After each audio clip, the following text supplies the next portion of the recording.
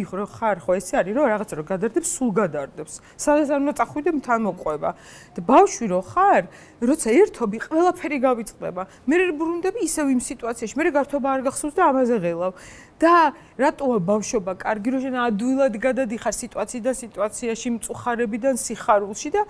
ანუ პირიქით არ მოგიხაროდეს რომ იქნება ვერ ხვდება რა უბედურება ჭირს და მოდი გაერთოს ეს იყო სულ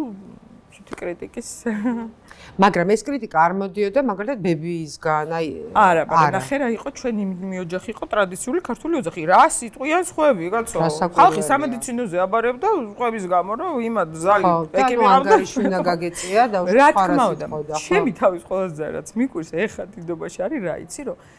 მაშინ უთხარი რომ მე არ მაინტერესებს სხვები რას ლაპარაკობენ. არ მაინტერესებს, თუ მე არა კი და ეს რაღაც პროტესტანტული სულ მქონდა, რომ რატო ხართ დამოკიდებული ეს და რას ქვია ეგ მეორედ არ თქვა, კაცო, რას ქვია არ გაინტერესებს ხვისი აზრი, ბებიაჩემი ჭკვიდან გადადიოდა. მე გადმოვიყვანეთ ჩვენ ყაიდაზე ბოლო.